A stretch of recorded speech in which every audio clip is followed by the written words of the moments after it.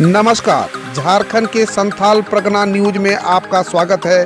अब आप खबर जानेंगे दुमका, देवघर, जामताड़ा, गोड्डा, पाकुड़ और साहिबगंज जिला से।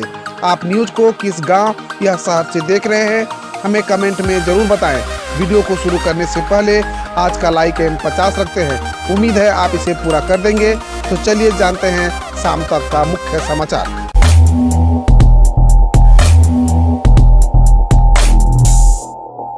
नमस्कार, झारखंड के संथाल परगना न्यूज में आपका स्वागत है। अब आप खबर जानेंगे दुमका, देवघर, जामताड़ा, गोड्डा, पाकुड़ और साहिबगंज जिला से।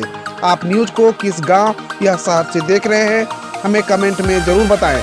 वीडियो को शुरू करने से पहले आज का लाइक एम 50 रखते हैं। उम्मीद है आप इसे पूरा कर देंगे। तो चलिए जानते हैं शाम तक का मुख्य समाचार।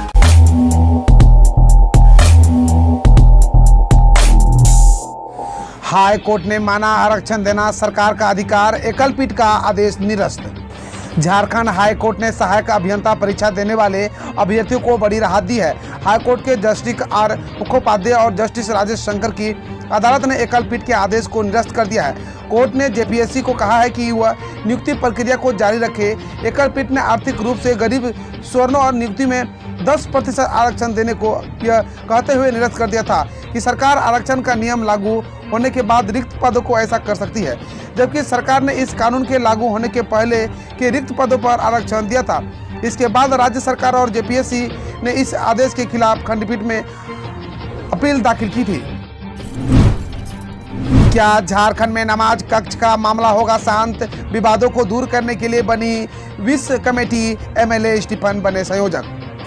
विधानसभा में नमाज के लिए कमरा आवंटन करने के मामले में गतिरोध दूर किया गया है। पूरे मानसून सत्र में विपक्ष भाजपा ने इसे मुद्दा बनाया था। इस कारण सदन की कार्यवाही बाधित नहीं कर स्पीकर रविन्द्रनाथ महतो ने इस मामले के पटाक्षेप के लिए विधानसभा की कमेटी बना दी है। कमेटी में झामुमो के वरिष्ठ विधायक स्टीफन मरांडी संयोजक बनाए गए हैं। स्पीकर ने कमेटी को 45 दिनों के अंदर अपनी रिपोर्ट देने का निर्देश दिया है। कमेटी में भाजमो विधायक डॉक्टर सरफराज अहमद, भाजपा विधायक नीलकंठ सिंह मुंडा, विधायक प्रदीप यादव, माले विधायक विनोद सिंह, आजसू विधायक डॉक्टर लंबोदर महतो और कांग्रेस विधायक दीपिका पांडे सदस्य बनाए गए हैं।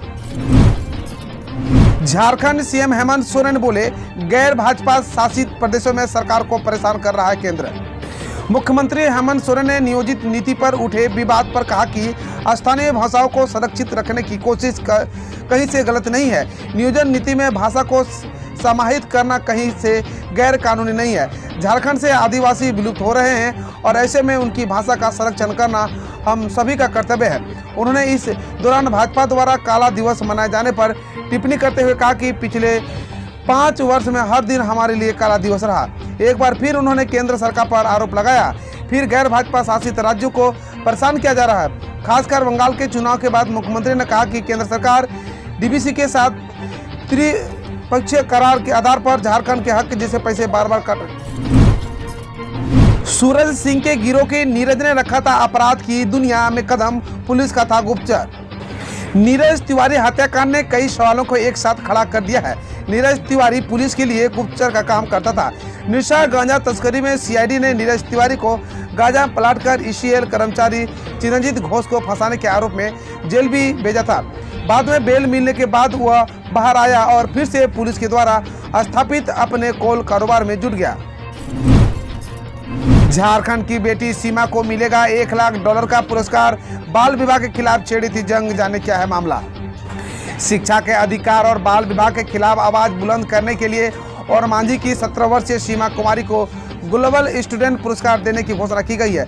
इस पुरस्कार के तहत सीमा को $1 लाख, लगभग 73,51,000 रुपए की धनराशि दी जाएगी। गुरुवार को पहली बार शुरू किए गए चेक डॉग और जी ग्लोबल स्टूडेंट पुरस्कार में शीर्ष 50 विजेताओं की सूची में 4 भारतीय विद्यार्थी शामिल है। झारखंड की राजधानी रांची में ऑटो यात्रियों की बड़ी परेशानी, किराए में 10 रुपए तक की बढ़ोतरी।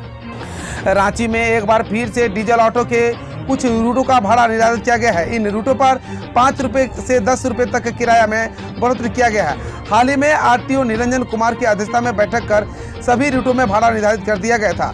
लेकिन ऑटो संघ की मांग की थी कि कुछ रूटों पर भाड़ा काफ़ी कम होने से चालकों को परेशानी हो रही है और खर्च भी नहीं निकल रहा है। इसे देखते हुए दोबारा आरटीए की अध्यक्षता में बैठक बुलाई गई, जिसमें कचहरी से लोहाडी, सामलोंग, काटाटोली से बरवा गाँव, केलगांव मोड़ से टैटीशिलवे, 10 माइल से बहु बाजार, सतरंगी से बहु बाजार, हटिया से बहु बाजार, तुपोदाना से बहु बाजार, सिंह मोड़ से बहु बाजार और 10 माइल से सुजाता, कचहरी से गोलचक्कर और कचहरी से स्टेशन मोड़ तक के रूटों के लिए थोड़ा संशोधन करते हुए किराए में बढ़ोतरी की गई है। बीजेपी सांसद, मेयर और आसू सुप्रीमो सुदेश महतो के खिलाफ केस दर्ज, लगे संगीन आरोप। झारखंड विधानसभा भवन में नमाज के लिए अलग कक्ष आवंटित करने के मामले को लेकर उठा विवाद थामने का नाम नहीं ले रहा है। इसको लेकर बीजेपी आसू के नेताओं और कार्यकर्ताओं ने गुरुवार को विधानसभा के साथ ही मुख्यमंत्री हेमंत सोरेन के आवास का घेराव किया था। इस पर रांची पुलिस उन्हें खदेड़ने के लिए लाठीचार्ज किया था। इनमें दोनों दलों के कई प्रदर्शनकारी नेता और कार्यकर्ता घायल हो गए थे। भाजपा के नेताओं और कार्यकर्ताओं ने विधानसभा तो आसू ने मुख्यमंत्री आवास का घेराव किया था। इस मामले में अब पुलिस ने केस दर्ज कर लिया है। बीजेपी के नेताओं और कार्यकर्ताओं के खिलाफ जहां धुरवा थाने तो वहीं आसू कार्यकर्ताओं के खिलाफ लालपुर थाने में मामला दर्ज किया गया है। देवघर में स्कूल ने जारी किया पहले आओ पहले जगह पाओ का फरमान, तो शुरू हुआ विवाद। झारखंड सरकार ने प्रदेश में कोरोना वायरस संक्रमण की रफ्तार धीमी होने के बाद 9वीं से 12वीं तक के कक्षाओं को शुरू करने का दिशा निर्देश निजी व सरकारी स्कूलों को दे दिया है। इसको लेकर झारखंड विभाग एवं साक्षरता विभाग ने आवश्यक गाइडलाइन भी जारी कर दिया है। इन सबके बीच देवघर से एक खबर सामने आ रही है कि यहाँ देवीपुर +2 हाई स्कूल ने अपने यहाँ पढ़ने वाले छात्रों के लिए एक चौंकाने वाला फरमान जारी किया है। कहा कि पहले आओ और क्लास पाओ, नहीं तो आपसी घर जाओ। दुर्गापुर से पहले चलेंगी हम सफर, रांची देवघर इंटरसिटी समेत दूसरी बंद ट्रेनें। बंद ट्रेनों के चलने का इंतजार जल्द खत्म होगा। रेलवे ने धर्माद होकर गुजरने वाली बंद ट्रेनों को चलाने की तैयारी शुरू कर दी है। इनमें रांची देवघर इंटरसिटी, सियालदह जम्मूतवी हमसफर एक्सप्रेस और बर्धमान हटिया मेमू शामिल है। रांची देवघर इंटरसिटी के चलने से जहां बाबा नगरी तक पहुंचने के लिए राह आसान होगी, वहीं सियालदह जम्मूतवी हमसफर एक्सप्रेस के पटरी पर लौटने से वैष्णो देवी जाने वाले यात्रियों को कोलकाता जम्मूतवी एक्सप्रेस के अलावा एक और साप्ताहिक ट्रेन का विकल्प मिल जाएगा। कामकाजी को मिलेगा तमगा, सुस्त अफसर नपेंगे। गोड्डा में मासिक अपराध गोष्ठी में पुलिस कप्तान YS रमेश ने साफ शब्दों में कहा कि थानेदार अपने अपने इलाकों में अपराध नियंत्रण को सख्त हो जाए। कोई भी शिकायत मिली तो उन पर सख्त कार्रवाई की जाएगी। उन्होंने यह भी कहा कि जो थानेदार यहां पुलिस पदाधिकारी अच्छा काम करेंगे उन्हें पुरस्कृत भी किया जाएगा।